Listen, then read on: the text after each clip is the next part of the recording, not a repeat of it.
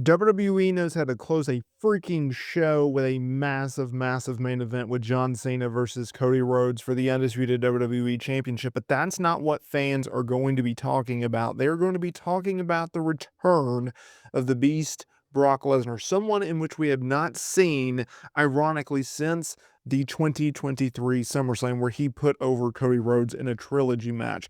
John Cena, Cody Rhodes was the main event.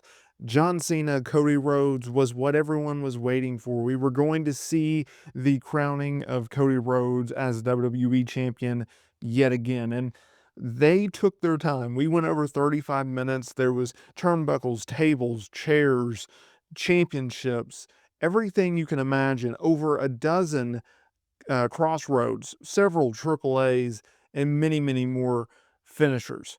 In the end, it was Cody Rhodes who hit one last crossroads to defeat John Cena to win the WWE Championship. But it was after the match.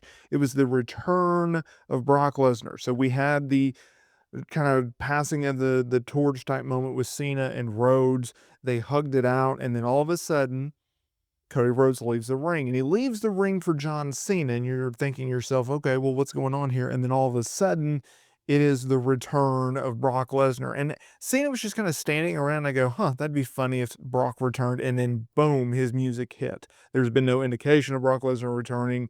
If anything, there's been reports denying that he was going to be returning. Well, he's back, and he comes out there. Obviously, he has a little bit of longer hair.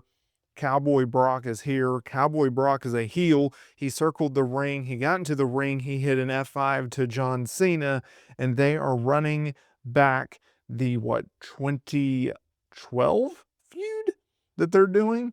So we are back, and we are running it back. John Cena, Brock Lesnar, Clash in Paris, maybe? We'll see when they book this, but Brock Lesnar is back. There's going to be a lot of fallout from this, but an epic way to close out a superior night 2. SummerSlam night 2 was way better than night 1, and they nailed it. I mean, from the main event, the opener, everything, we'll get into it, but John Cena losing WWE Championship to Cody Rhodes, Brock Lesnar returning, starting a feud with John Cena. Let's get into the rest of the review.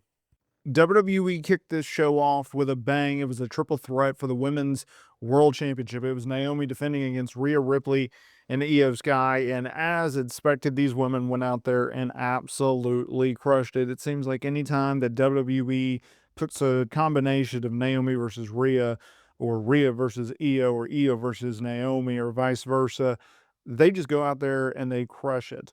These women leading the charge of the women's division, going out there and doing exactly what they needed to do. In the end, though, it was Naomi walking out as your women's world champion. She stole the victory. She stole the moment yet again from Rhea Ripley. Rhea Ripley hit a riptide to Io Sky off the top rope, going for the pin. It was Naomi going in there, rolling up Rhea. 1, 2, 3. She walks out as our women's world champion. Her father actually played Naomi out to the ring. He is a guitarist, and he ripped it up. So that is that. And one of the most crazy WWE matches, it was a 6-way TLC match. It was the Wyatt Six, composing of Joe Gacy and Dexter Lumis, the tag team champions. They defended the titles against the Street Profits, DIY, Motor City Machine Guns, Ray Phoenix and Andrade, and Fraxium. Insanity was this match.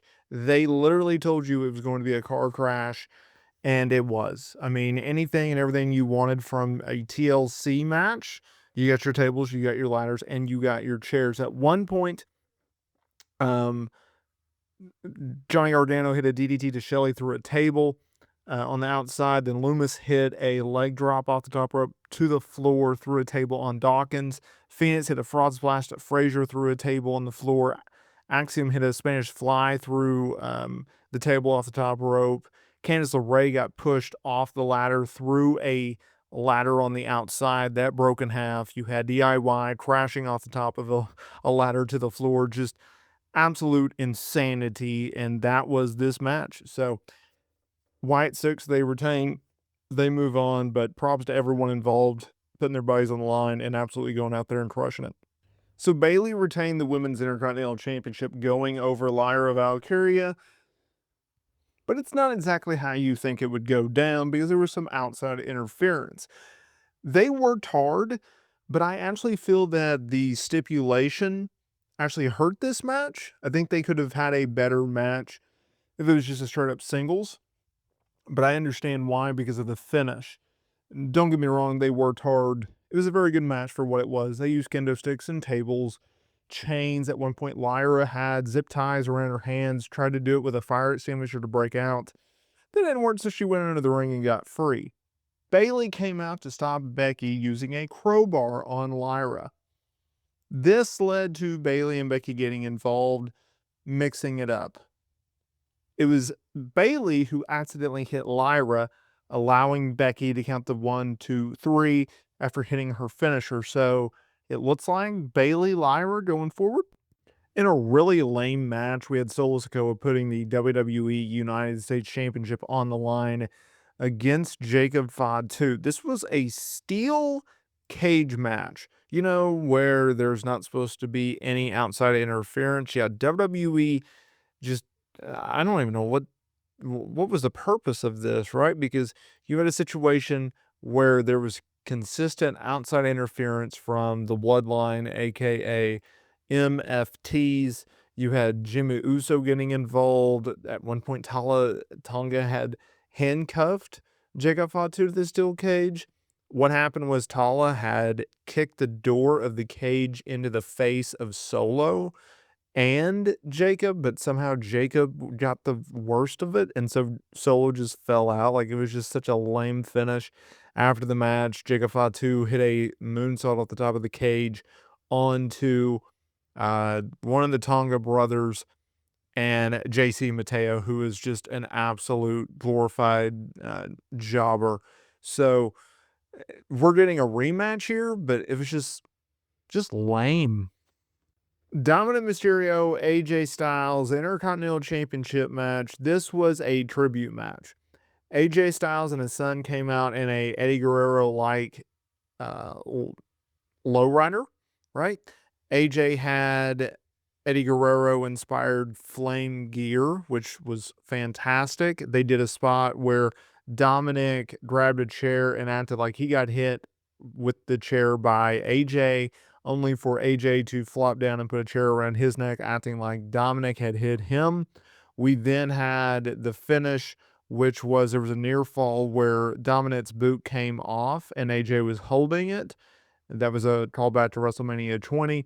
And then you had Dom using the boot as a weapon and hitting AJ in the face with it, only to hit the frog splash for the win. That was the finish. So a tribute match. It was fine. It got Dominic further over. That was what AJ was supposed to do here. And we move on.